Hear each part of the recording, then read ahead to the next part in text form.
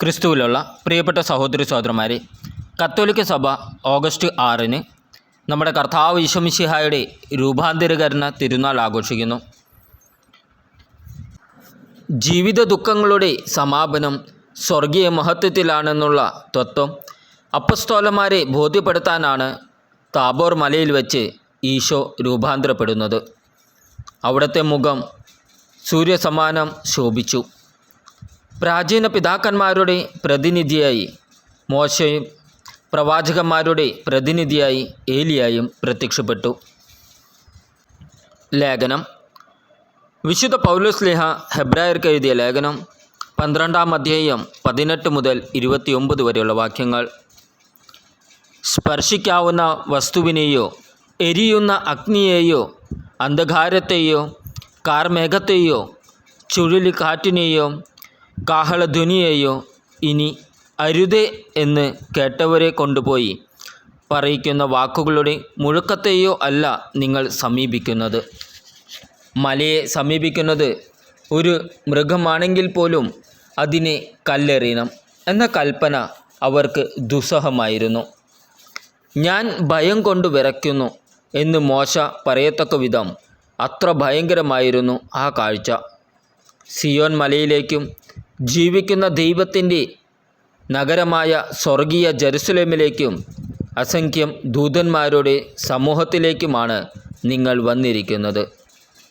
സ്വർഗത്തിൽ പേരെഴുതിപ്പെട്ടിരിക്കുന്ന ആദ്യജാതരുടെ സമൂഹത്തിലേക്കും സഭയിലേക്കും എല്ലാവരുടെയും ദൈവമായ ന്യായാധിപൻ്റെ മുമ്പിലേക്കും പരിപൂർണമാക്കപ്പെട്ട നീതിമാന്മാരുടെ ആത്മാക്കളുടെ അടുത്തേക്കും പുതിയ ഉടമ്പടിയുടെ മധ്യസ്ഥനായ യേശുവിൻ്റെ സവിധത്തിലേക്കും ആബേലിൻ്റെ രക്തത്തേക്കാൾ ശ്രേഷ്ഠമായവ വാഗ്ദാനം ചെയ്യുന്ന തളിക്കപ്പെട്ട രക്തത്തിലേക്കുമാണ് നിങ്ങൾ വന്നിരിക്കുന്നത്.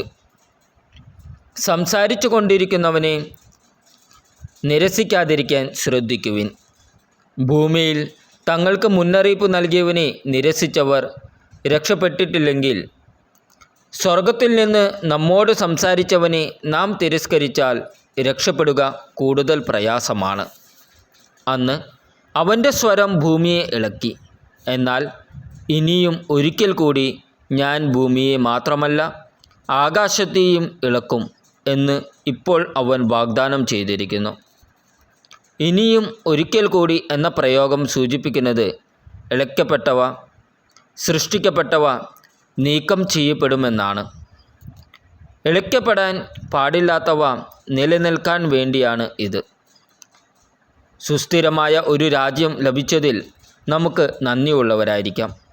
അങ്ങനെ ദൈവത്തിന് സ്വീകാര്യമായ ആരാധന ഭയഭക്തിയോടെ സമർപ്പിക്കാം. കാരണം നമ്മുടെ ദൈവം ദഹിപ്പിക്കുന്ന അഗ്നിയാണ്. നമ്മുടെ കർത്താവായ ഈശോ മിശിഹായ്ക്ക് സ്തുതി. ഇന്നത്തെ ദൈവവചനം വിശുദ്ധ മത്തായി എഴുതിയ സുവിശേഷം 17-ാം അധ്യായം 1 മുതൽ 9 വരെയുള്ള വാക്യങ്ങൾ. യേശു 6 ദിവസം കഴിഞ്ഞ് പത്രോസ്, യാക്കോബ്, അവൻ്റെ സഹോദരൻ യോഹന്നാൻ എന്നിവരെ മാത്രം കൂട്ടിക്കൊണ്ട് ഒരു ഉയർന്ന മലയിലേക്ക് പോയി. അവൻ അവരുടെ മുമ്പിൽ വച്ച് രൂപാന്തരപ്പെട്ടു. അവൻ്റെ മുഖം സൂര്യനെ പോലെ വെട്ടിത്തിളങ്ങി. അവൻ്റെ വസ്ത്രം പ്രകാശം പോലെ ധവളമായി. മോശയും ഏലിയായും അവനോട് സംസാരിക്കുന്നതായി അവർ കണ്ടു. പത്രോസ് യേശുവിനോട് പറഞ്ഞു, കർത്താവേ, നാം ഇവിടെയായിരിക്കുന്നത് നല്ലതാണ്. നിനക്ക് സമ്മതമാണെങ്കിൽ ഞങ്ങൾ ഇവിടെ 3 കൂടാരങ്ങൾ ഉണ്ടാക്കാം. ഒന്ന് നിനക്ക്, ഒന്ന് മോശയ്ക്ക്, ഒന്ന് ഏലിയായ്ക്ക്. അവൻ സംസാരിച്ചു കൊണ്ടിരിക്കുമ്പോൾ ശോഭയേറിയ ഒരു മേഘം വന്ന് അവരെ ആവരണം ചെയ്തു. മേഘത്തിൽ നിന്ന് ഇങ്ങനെയൊരു സ്വരമുണ്ടായി, ഇവൻ എൻ്റെ പ്രിയപുത്രൻ, ഇവനിൽ ഞാൻ പ്രസാദിച്ചിരിക്കുന്നു. ഇവൻ്റെ വാക്ക് ശ്രവിക്കുവിൻ. ഇത് കേട്ട ക്ഷണത്തിൽ ശിഷ്യന്മാർ കമിഴ്ന്നു വീണു. അവർ ഭയവിഹുലരായി യേശു സമീപിച്ച് അവരെ സ്പർശിച്ചുകൊണ്ട് പറഞ്ഞു, എഴുന്നേൽക്കുവിൻ, ഭയപ്പെടേണ്ട. അവർ കണ്ണുകൾ ഉയർത്തി നോക്കിയപ്പോൾ യേശുവിനെ അല്ലാതെ മറ്റാരെയും കണ്ടില്ല. മലയിൽ നിന്ന് ഇറങ്ങുമ്പോൾ യേശു അവരോട് ആജ്ഞാപിച്ചു, മനുഷ്യപുത്രൻ മരിച്ചവരിൽ നിന്ന് ഉയർപ്പിക്കപ്പെടുന്നതുവരെ നിങ്ങൾ ഈ ദർശനത്തെപ്പറ്റി ആരോടും പറയരുത്. നമ്മുടെ കർത്താവായ ഈശോ മിശിഹായ്ക്ക് സ്തുതി.